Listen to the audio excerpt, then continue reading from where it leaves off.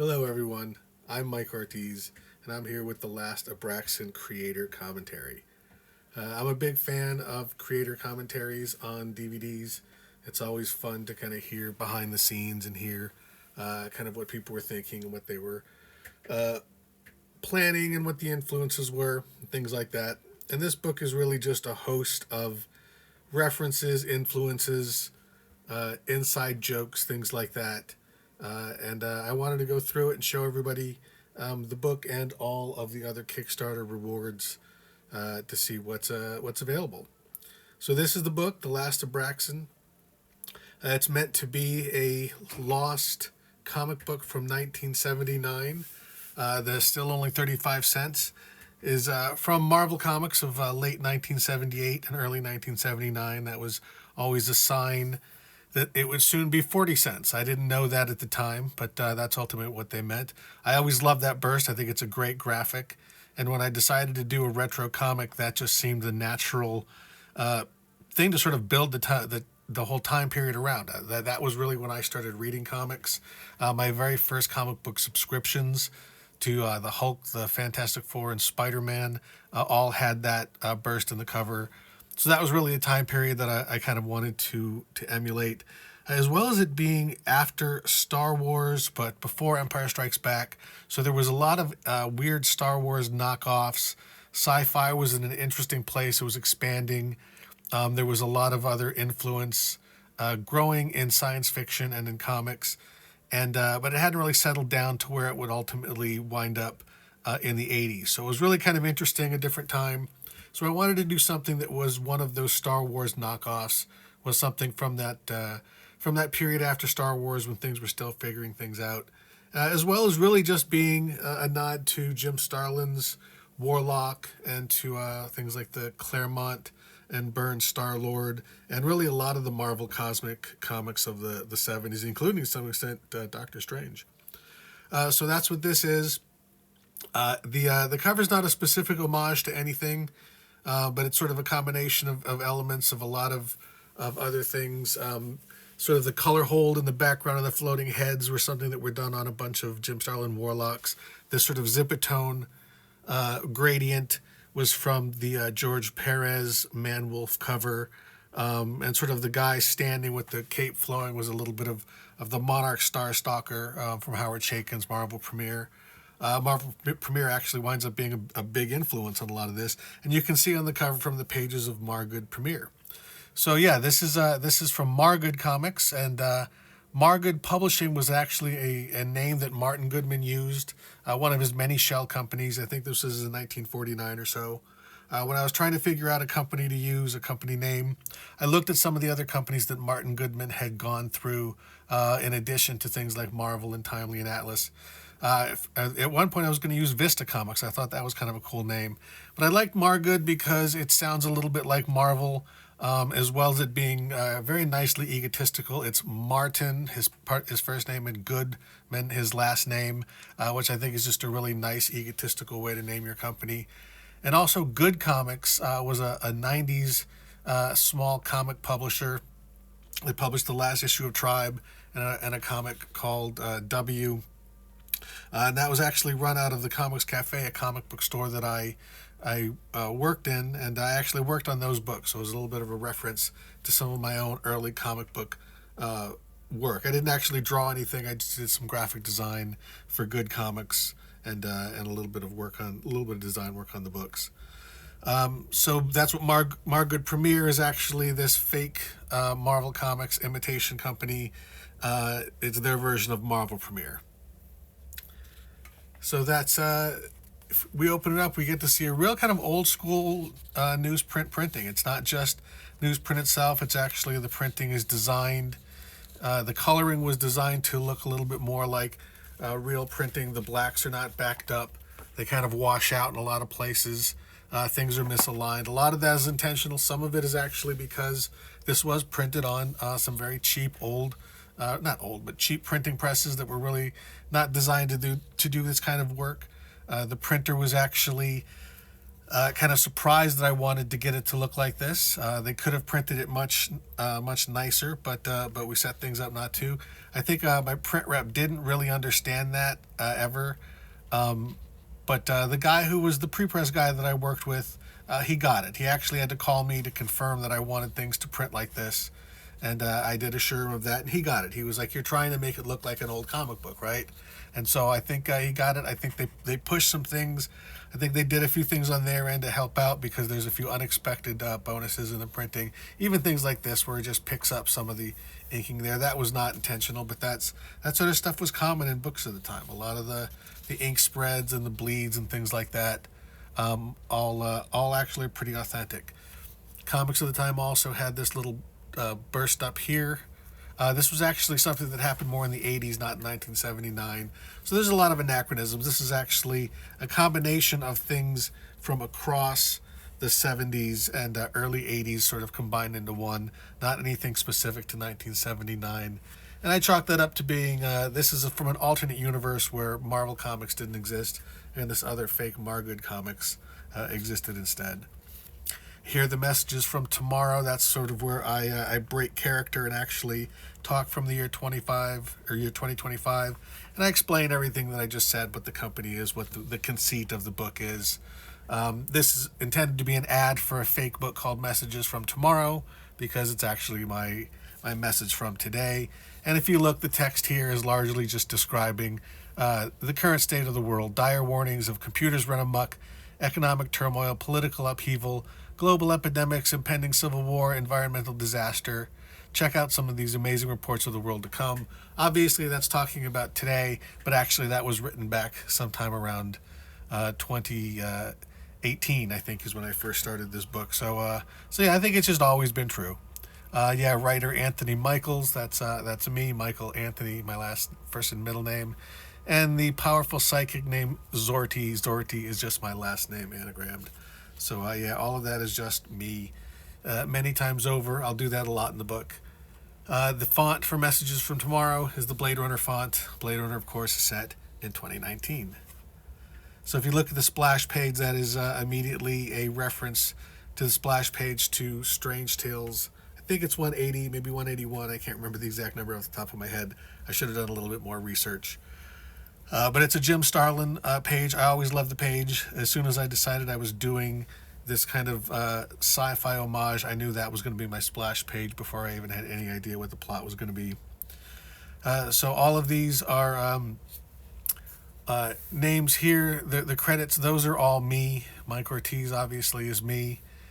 Mick Hain is actually a reference to John Byrne's first solo Fantastic Four issue where he inked himself. He inked under the pen name Bjorn Hain, which was an anagram of John Byrne. So this was really an homage to his pen name. I figured Bjorn Hain had a brother who was also an inker, and he inked this book. Tim Roski, that's just an anagram of Mike Ortiz. Some people have wondered if it was a reference to Tom Warzakowski, who was a great letterer, one of my favorites. And he lettered the original Warlock books that these are based on. That was not a reference to him, although it's a great reference. I kind of wish it was, because the font that I chose, it's a Comic Craft font called Monologus, was one that is kind of very similar to his lettering style. It's not specifically based on his style, but it does sort of reference it, I think, in a lot of ways. Tony Vazzelli is just a fake name that I used back in high school. Kind of resurrected it for this. A.L. Gemini is actually a pen name for Al Milgram, and Paul Creddick is the pen name for Jim Shooter. I wanted some of the names throughout this book to actually be pen names of real characters, of real creators. Now, Lee Burr is actually Stan Lee. Instead of Stanley Lieber splitting his first name into Stan Lee, he split his last name into Lee Burr. And then special thanks to Steve Apollo. In the original page, this was a special thanks to Steve Leialoha, but Steve Apollo is the pen name for Jim Starlin. And obviously, a special thanks because this page is based on his page, and basically the whole character is my Adam Warlock. It's Adam Warlock meets Obi-Wan Kenobi was sort of my high concept. So as we get into the book, we see that very limited color palette. It's 64 colors, cyan, magenta, and yellow in 25, 50, and 100% increments. This is actually my cat Monty. When I first started the project, even before I had a plot, he came crashing into my office, causing a ruckus. So I decided at that point he was going to be the instigator of my story. I think one of my early notes was the Last Abraxan sees two robots chasing a cat, and chaos ensues. Obviously, it changed to Palace Guards, but that was sort of where the idea began.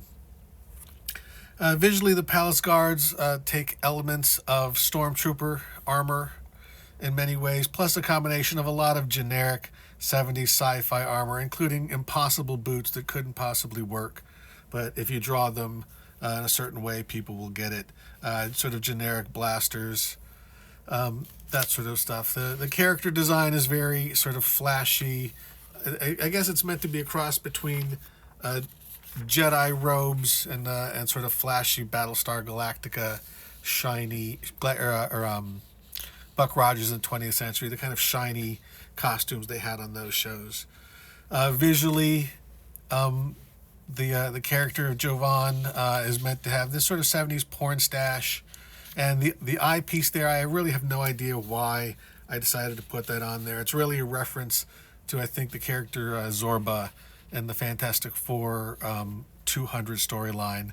The whole kind of look of the character sort of is based on that, which is a story for the time, something I always dug as a kid. It's a look that I always really liked. I figured there's some backstory to it if I ever wanted to get into it.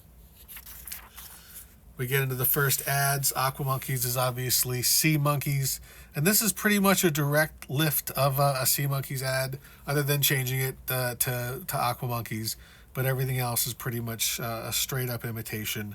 But then Learn to Play Guitar, that's just a little more generic. That's something that I invented and just used some stock art. So it's more of a broader parody. And that's the case with a lot of these sort of ads. Some of them are dead-on pickup. Some of them are parodies. Some of them are real, like Comics and More, Warp 9, Comic Pop Collectibles. Those are all friends of mine. MPH Comics, that's a friend of mine. Dion's Playground is a friend of mine. Snake Fist Karate. All these are real ads for people I know. And then the rest are all kind of parody ads. Some of them are jokes. Some of them are kind of mimic real ads from the time. Henry Pujol, I don't know, that I actually used to get comics mail order from a guy named Henry Pujol. I don't know if that's the real information. I don't know. I haven't been able to find a lot of information about him. A lot of these names are just friends of mine. Some of them are people paid to be included. This Ron Ortiz is both is my brother and someone who paid to be included, and actually one of the people who introduced me to comics in the 1970s as well. The character of Noxon is obviously a green-skinned, pointy-eared Nixon. Space Nixon is really what he is. His Noxon is just Nixon spelled backwards. His first name is Ipax, which is space spelled backwards. So his name is actually Space Nixon. And again, you can see how there's all this kind of printing error that's sort of picked up. This was very, very common in comics of the time. All of this in here, you can see it. This page was actually designed so that the whole blue plate, printing plate, looked like it shifted over in printing, and that actually repeats on the other 4 pages that would be part of that. And all of this, again, keeping with that old color palette. The main character the female lead, Adara, visually she's actually based on that image of Star Wars from Ralph McQuarrie. It's got the bearded figure, and then the kind of the female that's got this sort of weird armor on there. It's the introduction of the Sigilzy Stone, which is something that becomes more important. And actually, I've got a lot of stickers and bonus things built around that too. This is meant to sort of reference Obi-Wan Kenobi's hut out in the middle of Tatooine. Again, all of this is referencing Star Wars in various ways. The Imperial Palace is the White House, but it's decked out in gold. Now, I guess it is a good point to talk about some of the artwork here. This book was drawn digitally almost entirely. So the first 4 pages were entirely digital. Then I switched over to a hybrid that was drawn digitally, but then I would print it out and then ink some of the panels. So on a page like this was actually inked by hand, as was this panel and that panel, and then all kind of combined together. I actually lettered it before I inked it, so that I didn't have to ink over things that were covered up. And that just sort of simulated old school comics again. And I wanted to be able to sort of replicate that process and make this feel as much like that as possible. Now we get to the merchandise ad. This is based on Heroes World. Here we call it Heroes Planet. And all of this are real merch that you could get. These are the Mego figures. This is the Spider-Man web shooter. You could get these mirrors. You could get watches. You could get the bronze coin and the medallion. All of this is real. All of this is pretty much based on real ads of the time, sort of an amalgam of different pieces, except this universe has its own version of these characters. And that's kind of part of the world building that I wanted to go on in this fake Margood universe. Would have characters and things based on Marvel comic stuff, but would just be my own version of it.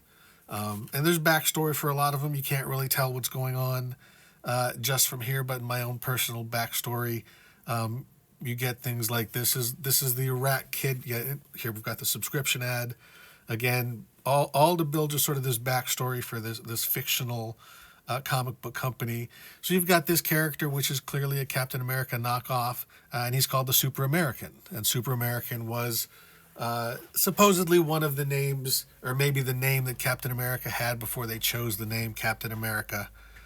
So instead of switching it to Captain America, Simon and Kirby kept the Super American name, and the character continued on.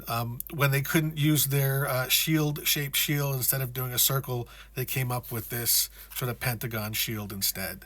And this basic design here is based on a redesign that Kirby had proposed for Captain America in the 1970s, as well as elements of the Reb Brown 70s show, all kind of amalgamated into one. And then a little reference to Rob Liefeld with the eagle on the head. I know that'll probably piss people off. I shouldn't have pointed that out or shouldn't have done that. But yeah, this is actually real elements of things that could have influenced the Captain America at the time. And the same thing with a Rat Kid. He's sort of the Spider-Man knockoff. He has the web gun, which was something kind of similar to the original idea that Kirby had pitched, that Stan sort of turned into this other thing. The costume itself is based on the design that you see online of what people guess Kirby's Spider-Man or Silver Spider, I don't know what name it was, what his pitch, the design would look like. This is kind of lifted from that, but then just sort of Ditkoized into something a little bit different that has a little bit more of the Ditko face. But then the color scheme is actually what Ditko supposedly wanted for Spider-Man, which was a lighter blue, which he wasn't allowed to use because that was the FF's color. And he always called it a warm red, which I think meant this sort of lighter orange color, which actually this color scheme wound up being used on Speedball many years later. So again, it's sort of like a what if Spider-Man could have kind of turned out like this in this alternate universe, just as the Hulk, which here's the Bulk, that's an obvious name. Instead of going with green, they went with a purple and just sort of inverted the colors. All this sort of stuff. All of the different books that are published: Albert the Goose, Amazing Iraq Kid, Armoroid, which is Iron Man, Assemblers, which is the Avengers, Captain Marvel, because I figure either way they still pilfered the name. Celestia, I don't really know. That's just more of a kind of a Ms. Marvel character. Dr. Weird, clearly Doctor Strange, the Impossible Bulk. Fifth Family for the Fantastic Four. Margood Teaming for Marvel Team Up. Margood 2-for-1 for Marvel 2-in-1.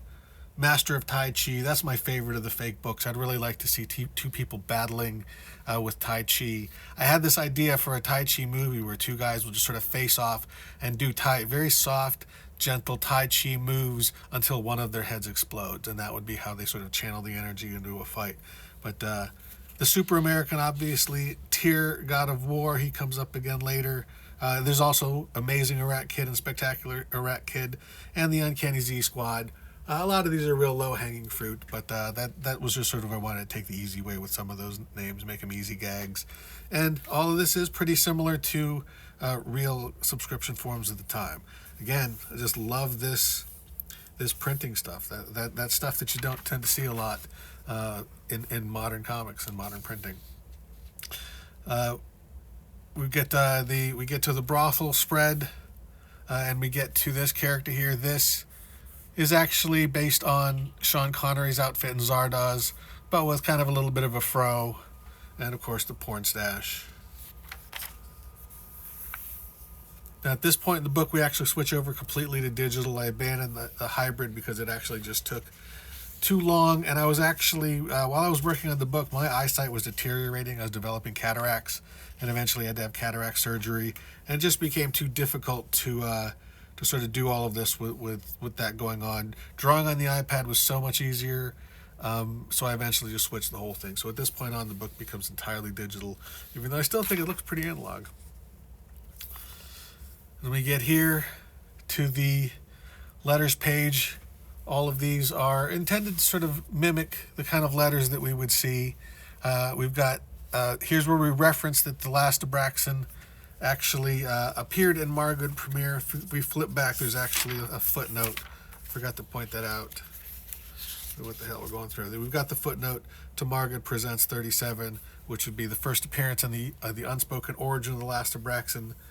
Although his origin is repeated in that particular thought balloon, as well as back in the little header at the top. And so it was supposedly a 3-issue run in this fictional Margood premiere, and these are letters from those issues that people were kind of sent in for this first issue, because obviously in first issues they don't have letters for the book itself. So we've got some references here. Elvis Horton is Elvis Orton, and Tim Apel is T.M. Maple, both famous letter hacks. These are the pretty standard kind of letters. Some of these other names, like P. Trudgeon is a friend of mine. Raul, I'm not going to pronounce his name. He actually was a Kickstarter backer who paid to be in here. A couple other friends of mine, Michael Felsher, who's a friend of mine who actually did pay. He wrote his own letter, and he was quite obnoxious, and he actually requests me being removed from the book already. I love that. So even all of this stuff is sort of based on real kind of letters pages. We've got the Golden Throne. We've got the Sijazi Stone, which actually I made a real prop for, as we explain its meaning a little bit more. Again, I tried to keep the color palette, a nice red, bold color palette. We get in here, we get our Kirby dots. As we know, something's happening. Kind of wanted to come in and simulate a color hold and create this little triangle here. And that'll come back. More classified ads here. These are a little bit different. So this is actually based on a real ad, except they used to have Spider-Man, but instead we have the Rat Kid. This is actually pretty close to the real thing. This is close to the real thing. I think this is pretty close to a real ad. This is a little bit more world building. Jack Curtis for Jack Kirby, Steve Rand for Steve Ditko, Adam Niels for Neil Adams, Austin Adams was I believe Gene Colan, Steve Apollo, another reference to Jim Starlin. Paul Story is a good friend of mine. You can get these from Len and Marv. That's a little reference to how people have accused Len Wein and Marv Wolfman of stealing from the Marvel office and selling those. A lot of these are actually real ads. Poems is pretty similar. The free comic list, that's based on a real ad. It's from Rocky Mountain Comics. That's basically Mile High Comics. It's interesting, if this had been done a little bit later, they would have had a much bigger ad. But at the time frame, I kind of wanted to keep it. They were just still running small ads. Atlantic Comics is Pacific Comics. Texas Comics is Lone Star Comics. All of these are based on very real ads from the time. But then also there's some more world building. The Superheroes of the Golden Age ads mentioning things like Super American, Blue Lantern, Amazonia, Black Bat, Omnian. These are all kind of ways to reference the other Golden Age characters at the time. And the independent comics are the same thing. We've got Cereberus, which would have been Cerebus spelled correctly, Elf Trek instead of Elf Quest, Star Grasp instead of Star Reach, Last Kingdom instead of First Kingdom, things like that. All of this is just sort of meant little tiny Easter eggs to reference how everything's just slightly different in this sort of alternate universe. I actually called it Earth 1138.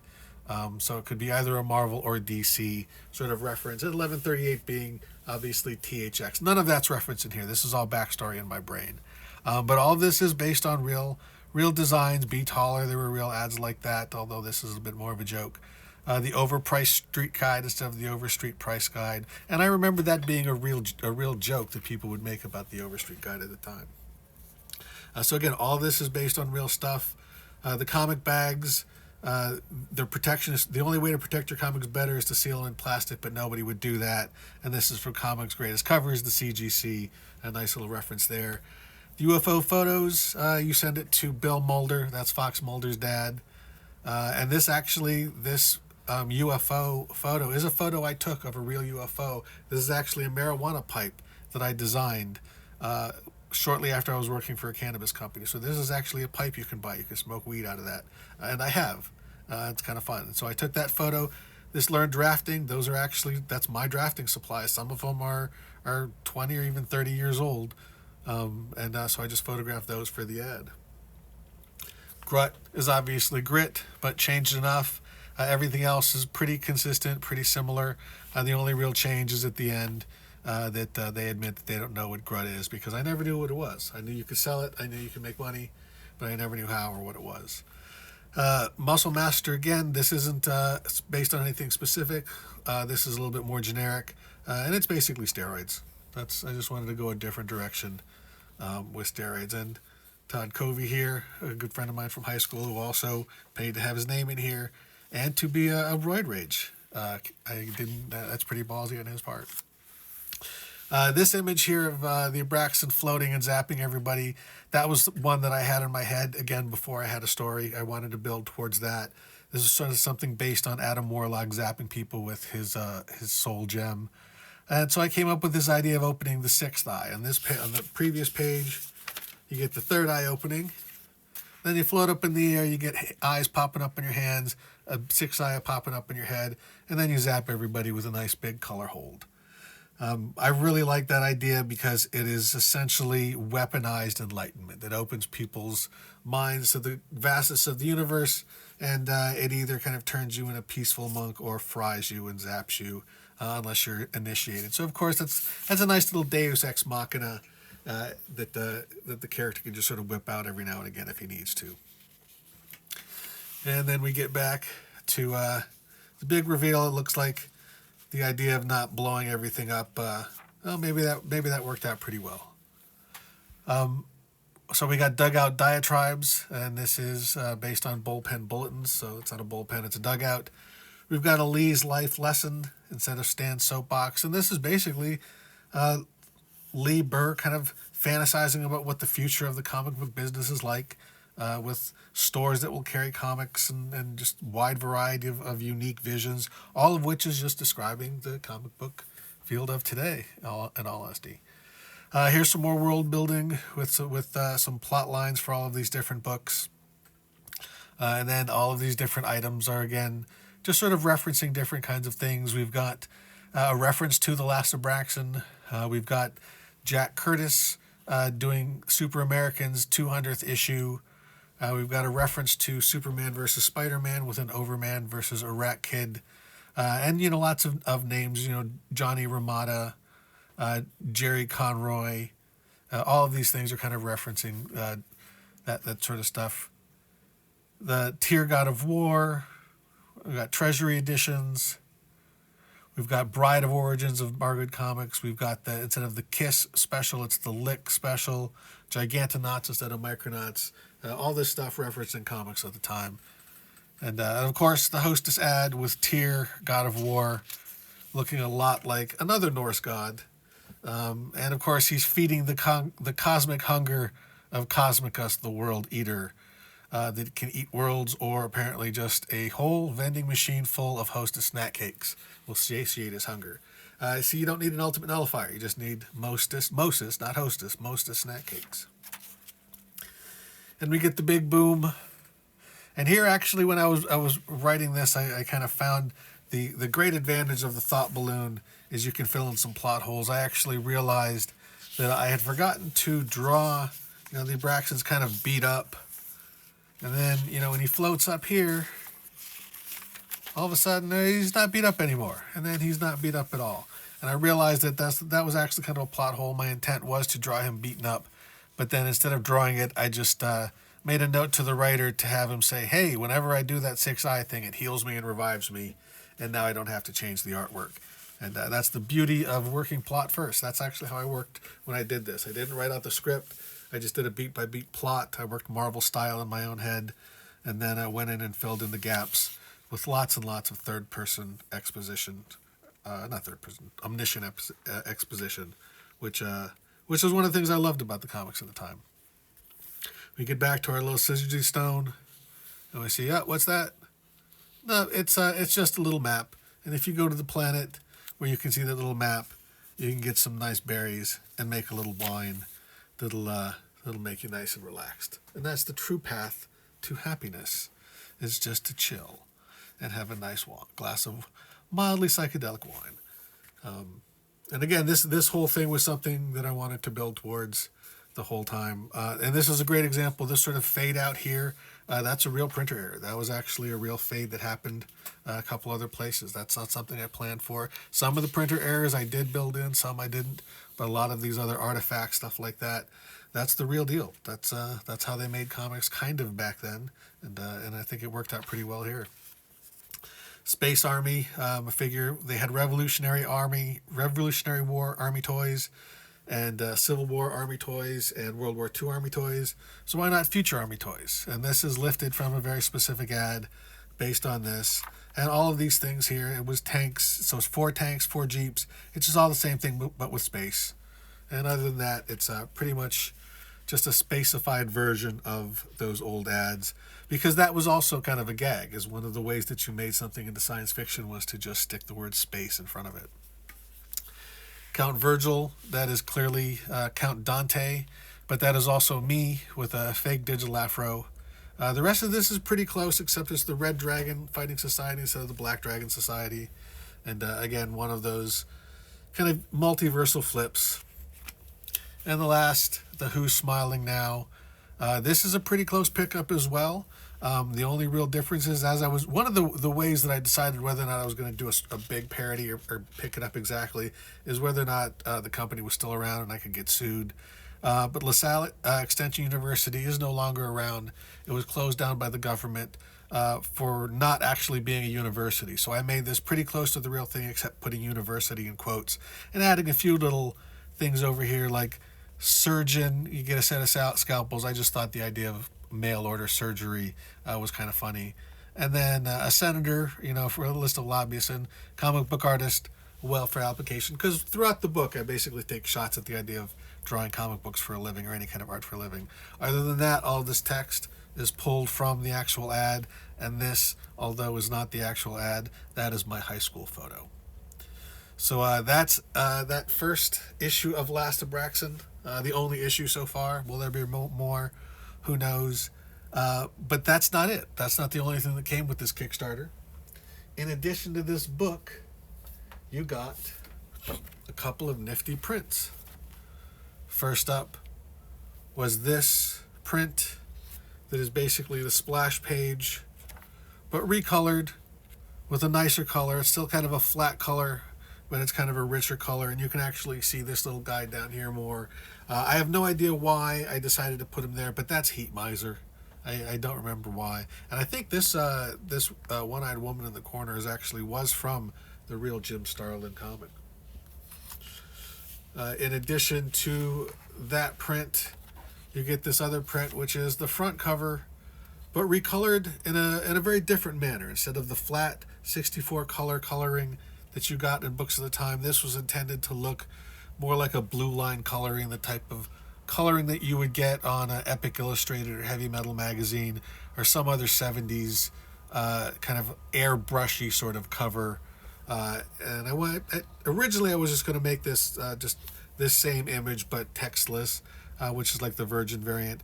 But I decided I wanted to make it a little different, and I always loved this look and I love this style. I really wanted to do a real hand-painted, airbrushed version with kind of an overlay on it. I would have loved to be able to do the real thing, but that just wasn't feasible. So I did a digital version instead that I still think looks pretty close to what the original was. Then in addition to that, you get this little flyer that's based on the handbook to the Marvel Universe. Even though the handbook came out in the 80s, I still love it, and I figured I wanted to do my own. So each of the characters gets a page. The two lesser characters get the half pages. And this is all based on the original handbook with the kind of the color on the back, and everybody just gets a single page instead of the later handbook, which got multiple pages.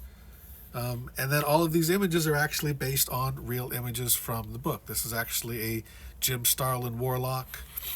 This is a John Byrne Gamora. This is a Frank Miller Kingpin, but squished down to a more normal size. This is the Jim Steranko Nick Fury, and this is a Rudy Nebres and Satana.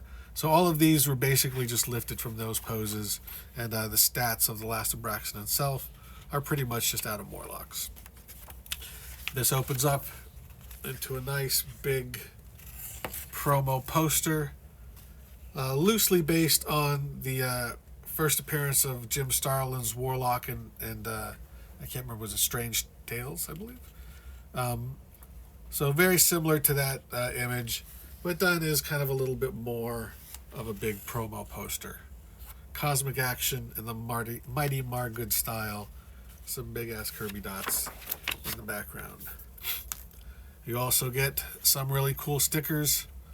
Little holographic foil logo sticker. This was kind of meant to evoke those stickers you would get in gumball machines. This would come in one of those little plastic balls. If shipping wouldn't have been a pain in the ass, I would have loved to have put that in there. So just take a quarter, run down to the store, buy one of those, pop this in there for a real authentic 70s experience.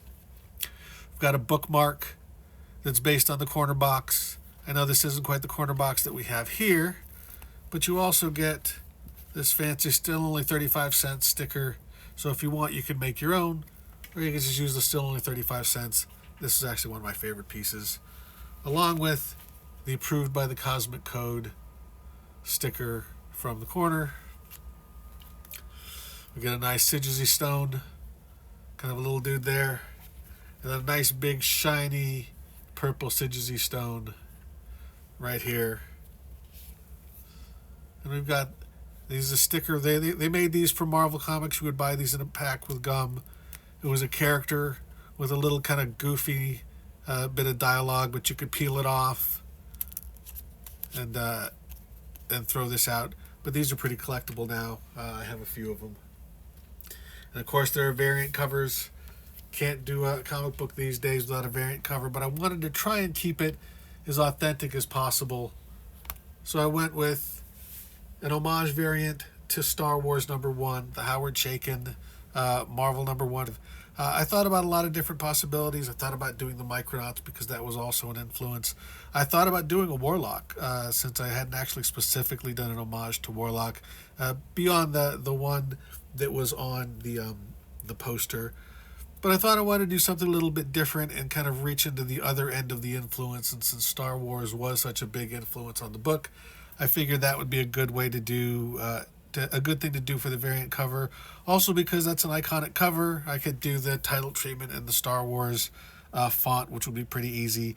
And, you know, who knows, if Star Wars fans decided that they wanted to add this to their collection, I might be able to sell a few more copies. The cover copy is very similar. It said, "Enter Luke Skywalker. Will he save the galaxy or destroy it?" I changed it to Kazaran Ors. And here's another little world-building thing, capitalizing on the monumental Universal movie, because in this universe, Universal picked up Star Wars when Lucas pitched it to him instead of passing and it going to 20th Century Fox. But of course, it's Lucas George, because the easiest way to do that is to just flip it around. Oh, and one other thing about this one. Each of the variants actually has a different message from tomorrow. They address the individual book itself. This talks about the Star Wars, why I chose Star Wars, everything I just said, as well as having a QR code link to a video showing the illustrating of this cover. This was all done digitally, so I have a Procreate video, a time lapse of the drawing of that cover. I changed all the fonts to Star Wars, added Sith Lord to with a red lightsaber to that ad.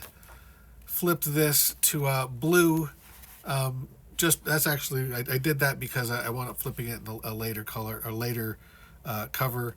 And since it was blue, I made it the Blue Harvest Fighting Society as a reference to Return of the Jedi's Blue Harvest.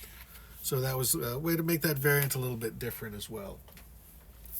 The next variant is the Whitman variant. Back in the 70s, the only real variants were Whitman variants. You would get them in 3-packs. They weren't in the newsstands. You would get them at Kmart. You would get them at department stores, things like that. They were the same interior. They would just print different cover. And in Marvel Comics, they would come with a little diamond shape in the corner. And if they were DC, they would come with a Whitman logo in the corner. And so I put the Whitman logo down here. Whitman is basically just the Whitman logo is really just that reversed. And so I kind of combined the two of them because usually they would have something or a line or something in the UPC symbol so that people couldn't scan the UPC codes and return them.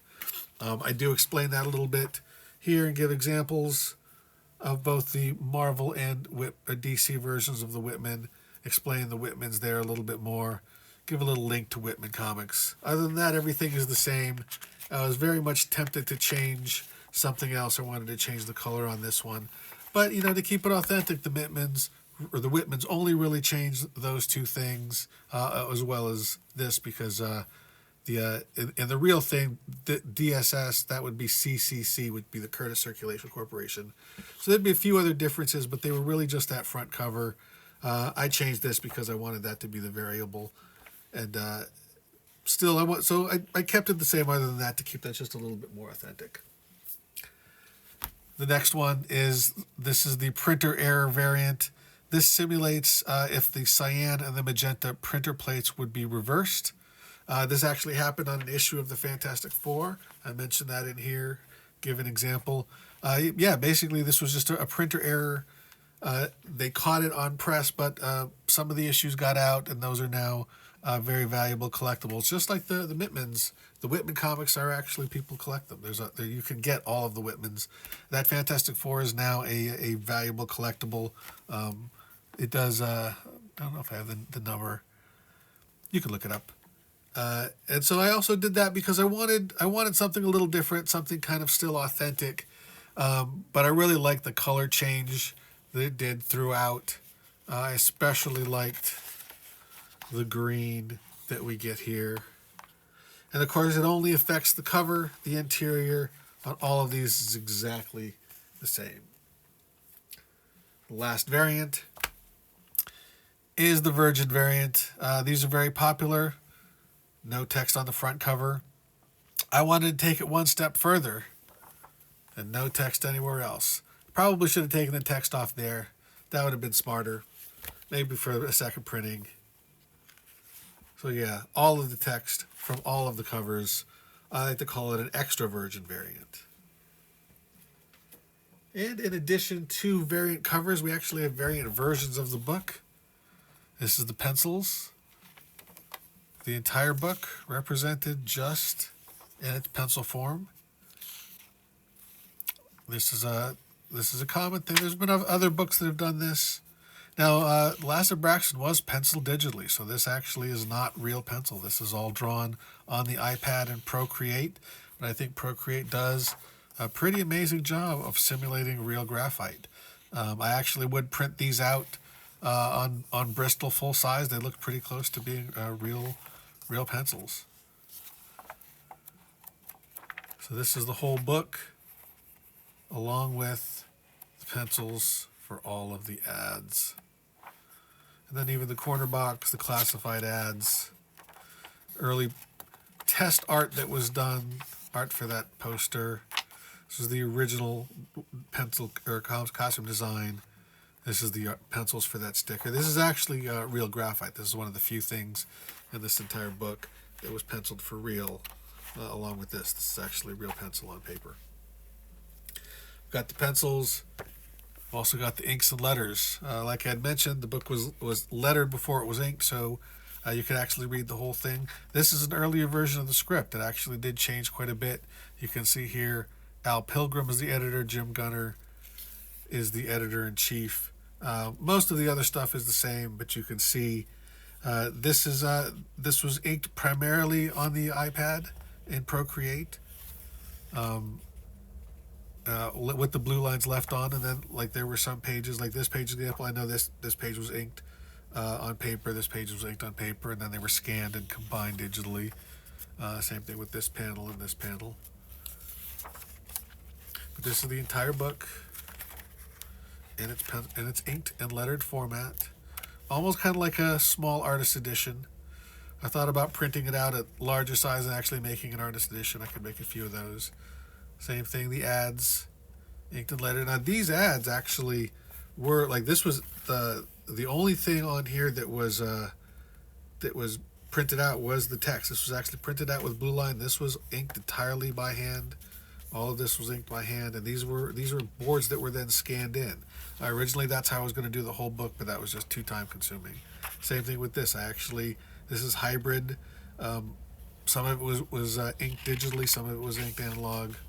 All of these, both of the ads were printed out and inked, but like the text and all of that was done digitally. These were all digital. This was all digital. You can see an early cover mock-up and the early Marvel Premiere 37 mock-up.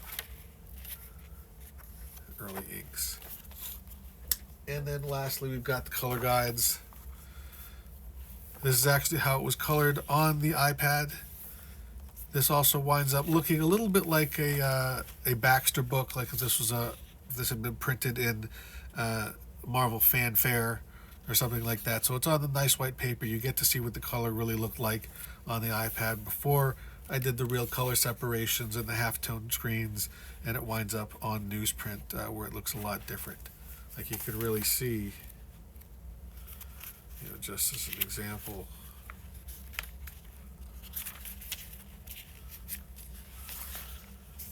just how different this looks. The yellow is much paler, the color is all much paler. The newsprint really does a very, very, very different look with the same ink colors. These are all the exact same files, except they're slightly off. So these wouldn't be the exact 25%, 50%, 75, or 100%. These are all in the ballpark. I would take this, much like the real color guides would just sort of be a guide. I would then take this into Photoshop and separate everything into very specific guides and run halftone screens on everything.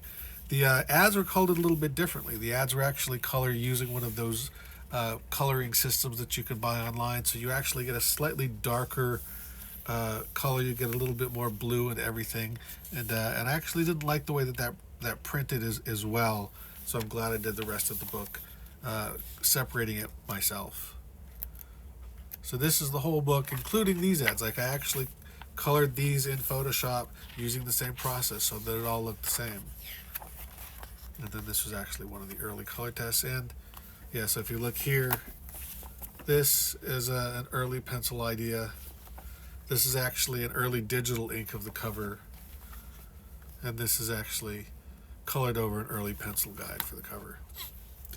So those are all the process books. And of course, I then combined all of that into one. Everybody actually got a PDF of this so that you can see all of the behind the scenes, all of the making of. But then I also did make a few of the nice thick trade paperbacks. We got the nice end pages. This was sort of a Chip Kid reference. He kind of made that big, the close-up zoom in on the panels where you can see the dots. And of course, keeping the newsprint texture. Printing on newsprint on this book was really kind of one of the core ideas that I wanted to get across. It was really the heart of the book. There had been a lot of people who had done retro books. Very often they'll print on better paper, sometimes even glossy paper, and just print a texture like this. This is actually glossy paper. This is a pretty standard trade paperback. But I wanted the book itself to be printed on newsprint because it's really a lot more than just that look. Although the look here is pretty nice. The Secret Origin of the Last Abraxan. This is actually also repeated on my website. This just explains sort of some of the behind the scenes, some of the thought process that went into making the book, some of the stuff that I explained already. The preliminary work, these are scans of some of the original pages in my notebook and the sketchbook where I break down character ideas, the original plot breakdowns. Again, this was done Marvel style, so this is, I would just take this and work out these story beats and start working on it without really a script. Early character sketches. This is actually the first idea for the costume. Very quickly morphed into this, which is pretty close to where it finally wound up. Early ink version of that, a bunch of different color tests. Sketches for the background characters. You can see Noxon originally was going to have a little bit more of a Napoleon vibe, and this is actually, the coat was really a reference to Groucho Marx and Duck Soup, and I wanted to give him just a little bit more military vibe. Eventually that all backed off, and he just was a pretty standard green-skinned Nixon. This was actually the first, one of the first drawings I did of the character, kind of in a background. This was actually penciled traditionally and then scanned, and then this was a test of the digital inks. I was pretty happy with how the digital inks turned out, so that kind of led to the decision of inking the whole book digitally. And this is actually the first attempt at doing the sort of color palette and sort of the color treatment on the character. I took a break from the book for quite a while, and when I came back to it, I wanted to test my drawing again, and this was sort of the drawing that I did to see if I still had it. This was all done digitally, and I think it actually worked out pretty good, and gave me the confidence to jump back in on the book. You get to the layouts here. These are just very loose breakdowns. This was all in Procreate. You can see this is how it all started. Just sketches like this. And then pretty much the whole book. I mean, you can recognize, that last page in there. It's an early sketch of a cover idea. And you see here you got that Starlin page. That's actually what it originally looked like.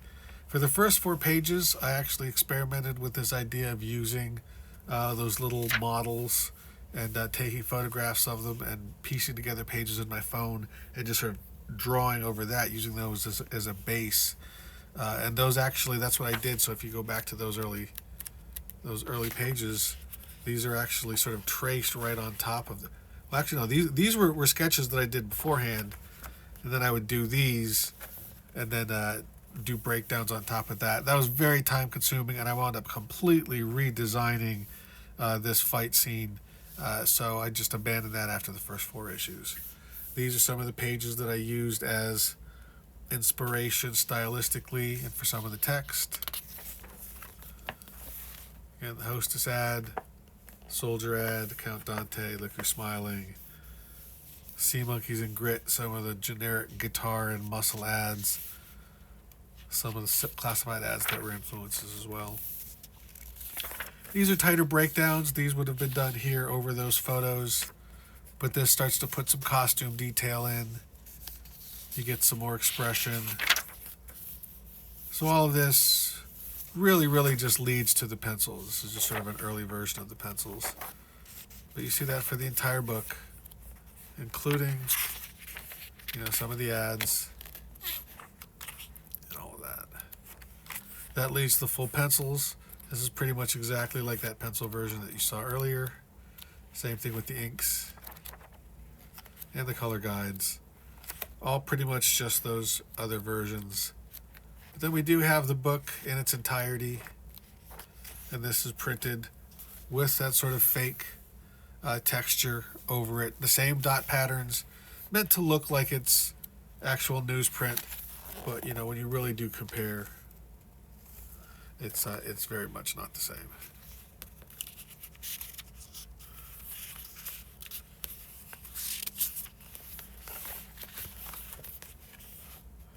You can just see how much darker it is, see how much brighter. It's close, but yeah, it's really, nothing looks like newsprint except newsprint. That's one thing I found on this project. So in addition to the entire book and the correct color in its entirety, We've also got all of the Kickstarter rewards represented, including that handbook stuff. And then you can see the pencils, inks, and original influences for all those handbook entries. The 2 prints. Got the variant cover, as well as the pencils and inks for the variant cover. And showing off what the other variants looked like. And that is the Last Abraxan archive. And last but not least, very own life-size, handmade, Sidgesy stone prop replica, The Path to Happiness. So I hope you enjoyed this hour-long look at my Kickstarter. This is everything that was available. I do have leftovers of most of it. Those will be available at lastabraxan.com and thelastabraxan.com. I have both of those URLs. I'll have that store up and running once the Kickstarter fulfillment is done. So any additional material will be available there. In addition, I am going to offer a version of this, a $3.99 version, to the direct market sometime next year. It'll be the same content, but slightly, it'll have a regular price tag on the cover, and it won't come with all of this other stuff. It'll just be the comic book. There probably won't be an issue 2. Who knows? We'll see how that goes. But I'm thrilled by the reaction. Everyone who's seen it seems to like it so far, and that's exactly what I was hoping for. And that was a look at all of the Kickstarter rewards. I am going to do another video that looks at some of the influences, some of the background material, and just pads out some of this so that we will have a complete document of this book. And really just the huge volume of printouts and paper and mock-ups and things that I had to create, all in the development of this nice, slim, 32-page replica. How do I describe it? A glimpse of a past that never happened. Maybe it's a fake simile edition. I like that term, or a faux simile edition. But I think I've pretty successfully captured, for better and worse, a Marvel cosmic comic from the 1970s, available on Kickstarter, on the internet. Well, not on Kickstarter anymore. You missed out on that. But hopefully at my website, and then maybe at a comic shop near you sometime next year. That's The Last Abraxan. I hope you enjoyed it. I hope you backed it. If you did, I hope you enjoyed what you got. And if this looks interesting to you, hope you can find a copy on my website or in a comic shop sometime near you. Anyway, thanks for watching, and yeah, there'll be even more. I like talking about this stuff. Bye.